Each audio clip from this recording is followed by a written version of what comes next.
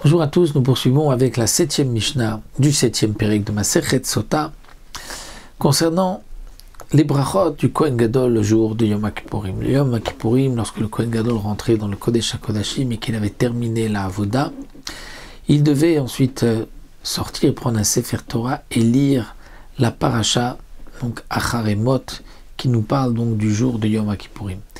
Les brachot qu'il devait dire devaient être Belashon HaKodesh, comme nous l'avons vu. Donc Birkot Kohen Gadol. Les brachot du Kohen Gadol nous explique la Mishnah, après qu'on ait donc envoyé le bouc à Azazel, Ketzat, comment on procédait, Chazan à Knesset. Le Chazan à Knesset, c'était celui, non pas le Chazan, comme on l'appelle, celui qui est le ministre officiant, mais le Chazan à Knesset, c'est celui qui s'occupait de tous les besoins, donc de la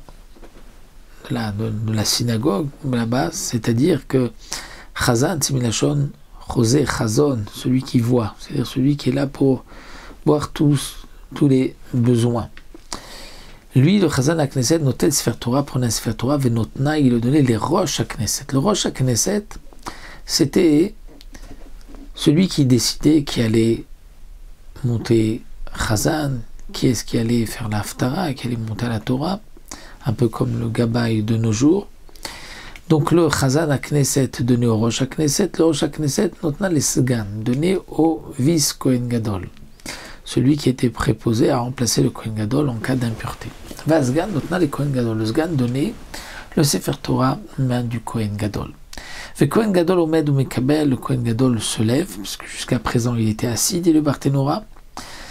Donc il était dans la Ezrat Nashim, parce que la Ezrat Israël, il ne peut pas s'asseoir dans la Hazara. Donc le Kohen Gadol se lève et reçoit le Sefer Torah du Sgan. Donc pourquoi on n'a pas donné directement au Kohen Gadol? C'était pour montrer la Chashivut, le Kavod, l'honneur du Kohen Gadol, qu'il y avait tous ces personnes qui étaient en dessous de lui.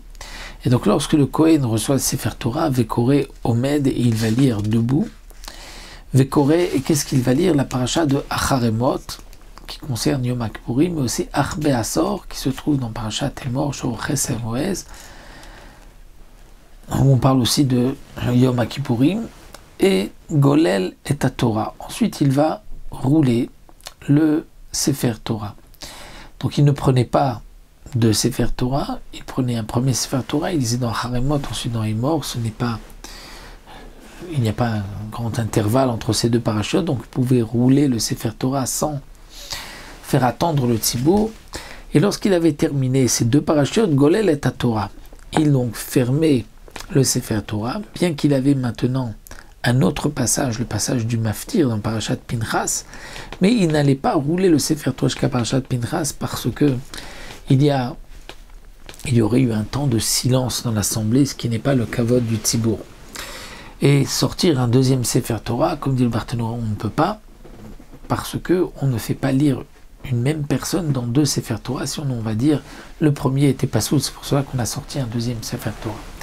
Donc il roule le Sefer Torah, il le ferme, Manicho Becheko, il le garde en lui, il le met contre lui, et Veomer, et il dit, Yoter Mashkarati Lifnechem Katufkan.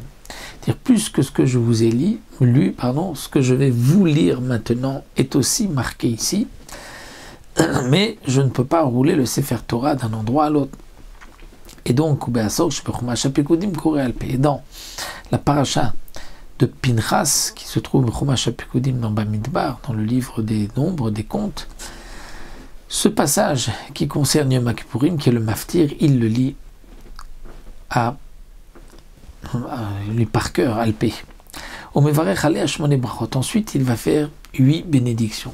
La bénédiction à la Torah, donc la bénédiction comme on le fait, Shanatananu Torato Torat Med, qui est la bracha après être monté à la Torah. Ensuite, il fait une autre bracha, une deuxième à la Avoda. Sur la Avoda, c'est la bracha de Retse Hashem Elokeinu qui va agréer notre Tfila et agréer le peuple d'Israël et agréer sa Avoda. Vala Odaya, les remerciements, c'est Modim, qui se termine par Tov Shimchol Chana Eleodot. Val Mechila Teavon, une bracha que Hashem pardonne nos fautes, Ata Bechartanu, on termine Melech Mochel Vesolach lavolotenu, comme on le dit Yom Kippourim, ve'al Hamikdash, une bracha sur le Bet Hamikdash, que la Shrina réside dans le Bet Hamikdash. Il termine Baruch Ata Hashem Shochem Besion, qui réside à Sion. Ve'al Israël, et sur le peuple d'Israël aussi, une tfila pour Am Israël, que la royauté d'Israël s'élève, et il termine par Abocher Israël. Ensuite, une bracha à la Kohanim, pour les Kohanim.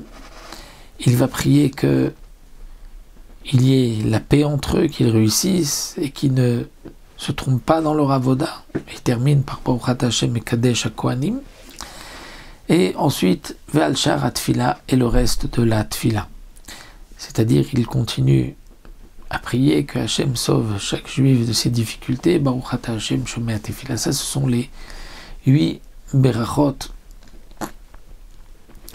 que le Kohen Gadol devait faire, et ces brachot devaient être dites aussi en hébreu, comme nous l'avons vu, Belashon HaKodesh.